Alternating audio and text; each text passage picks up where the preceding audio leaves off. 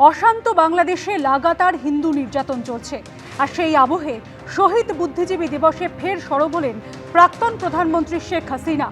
বিবৃতিতে আওয়ামী লীগের সভাপতি লেখেন, জাতির এক গভীর সংকটময় মুহূর্তে এবছর শহীদ বুদ্ধিজীবী দিবস পালিত হচ্ছে।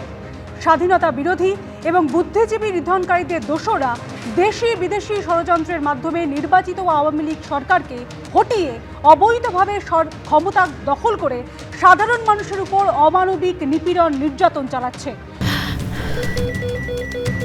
ক্যান্সারে নেই আর ভয়, NCRI হবে এর জয়। আপনাদের ভরসা নেতাজি সুভাষচন্দ্র বোস ক্যান্সার হসপিটাল। কট্টরপন্থীদের অত্যাচারের জবাব দিতে সকলকে ঐক্যবদ্ধ হওয়ার আহ্বান জানান তিনি। 14ই ডিসেম্বর বাংলাদেশে শহীদ বুদ্ধিজীবী দিবস হিসেবে পালিত হয়। 1971 সালে এই দিনে ঢাকা ও অন্যান্য অঞ্চল থেকে বুদ্ধিজীবীদের তুলে নিয়ে গিয়ে নৃশংসভাবে হত্যা করা হয়। ভারতের বিরুদ্ধে বিদ্বেষের আগুন জ্বালিয়ে চলেছে বাংলাদেশ।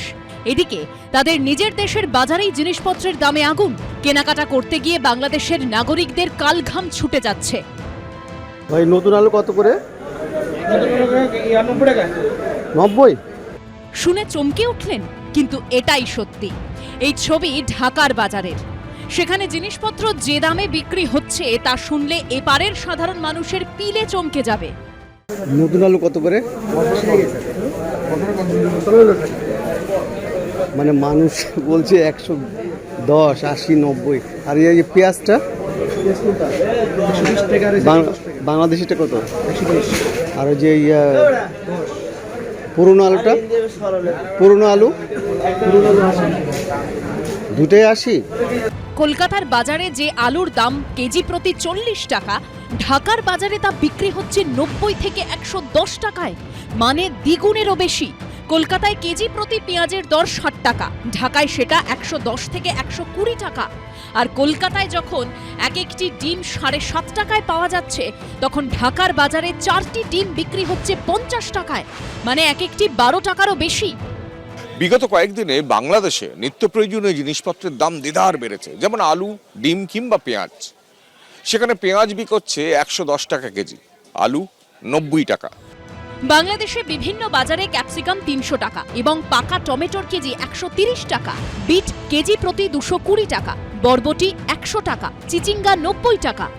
বাংলাদেশের সাধারণ মানুষ যখন নিত্য প্রয়োজনীয় জিনিসের দামে ছেঁকা খাচ্ছেন, তখন কোন সাহসে বাংলাদেশ যুদ্ধের জিগির তুলে চলেছে? বিশেষজ্ঞরা বলছেন, এটা আসলে নজর ঘোরানোর কৌশল। সাধারণ মানুষের মনে যাতে জিনিসপত্রের দাম নিয়ে ক্ষোভ না তৈরি হয়, সেজন্যই যুদ্ধ আবহ তৈরি করে তাদের ভুলিয়ে রাখছেন বাংলাদেশের নেতারা।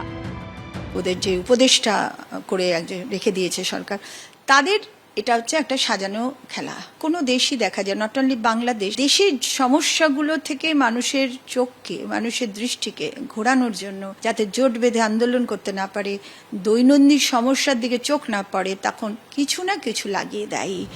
শুক্রবার সকালে গড়িয়াহাটে বাজার করতে গেছিলেন অর্থনীতিবিদ অভিরূপ সরকার। তিনি বলছেন, বাংলাদেশ বিভিন্ন জিনিসের জন্য ভারতের ওপর নির্ভরশীল, তাই ভারতের সঙ্গে সম্পর্ক খারাপ করলে তাদের বাজারের তো এই হাল হবেই। ভারতের সঙ্গে সম্পর্ক খারাপ হওয়ার পর থেকে বাংলাদেশি জিনিসের দাম বাড়ছে, কিন্তু যেহেতু বাংলাদেশ ভীষণভাবে ভারতের ওপর নির্ভরশীল, অতএব জিগির যাই তুলুক, আমার মনে হয় না বাংলাদেশ এই জিগির খুব বেশি দিন চালিয়ে যেতে পারবে, কারণ তাদের পেটে টান পড়বে। কিছু জেহাদি থাকতে পারে যারা পাগল, কিন্তু সেরকম তো আমি ধরে নিচ্ছি অধিকাংশ বাংলাদেশি পাগল নন। তাদের পেটে টান পড়লে তারা বুঝতে পারবেন যে ভারতের সঙ্গে সম্পর্কটা ভালো করা দরকার। ইন্ডিয়া থেকে তো প্রচুর সাপ্লাই যায়, এটা তো অস্বীকার করার কোনো উপায় নেই। আমরা একটা যদি আন্তর্জাতিক বাণিজ্যের মোট হিসেব দেখি, তাহলে ভারতবর্ষ থেকে ডিম এবং অন্যান্য সামগ্রী বাংলাদেশ কেনে প্রায় 160 কোটি টাকার প্রতি বছরে। এই সাপ্লাই যদি অসুবিধে হয় বা বন্ধ হয়, তাহলে ওখানে দাম বাড়বে, এটা খুব স্বাভাবিক, কারণ বাংলাদেশের সাপ্লাই লাইন কিন্তু হচ্ছে পশ্চিম বাংলা দিয়ে, সোজা কথা। এবং ভারতবর্ষের সঙ্গে সম্পর্ক এই মুহূর্তে ভালো নয়, সেটা আন্তর্জাতিক বাণিজ্যের উপর একটা ছাপ ফেলবে, এটা সম্ভব। গত কয়েক বছরে ভারতের তুলনায় বাংলাদেশের মুদ্রার দামও পড়েছে হু হু করে। ধরুন আমি যদি 100 টাকা দিই, মানে ইন্ডিয়ার 100 টাকা, তাহলে বাংলাদেশে কত পাবো? 140 টাকা মতো। এটা আগেও এরকম ছিল আগে? আর আমি যদি 2019-এ 100 টাকা দিতাম, তখন কত টাকা পেতাম? তখন আপনি 150 টাকা পেতেন। আজকের দিনে কত? আজকের দিনে 135। আপনাদের এমনিতে মানে এখন এই মুদ্রা বিনিময়ে লোকজন আসছে? লোকজন এখন বেশি আসছে না, অত আসছে না। যুদ্ধের জিগির তুলে কতদিন এসব জ্বলন্ত সমস্যা থেকে সাধারণ মানুষের নজর ঘুরিয়ে রাখতে পারবে বাংলাদেশ? প্রশ্ন সেটাই। কৃষ্ণেন্দু অধিকারীর রিপোর্ট, এবিপি আনন্দ।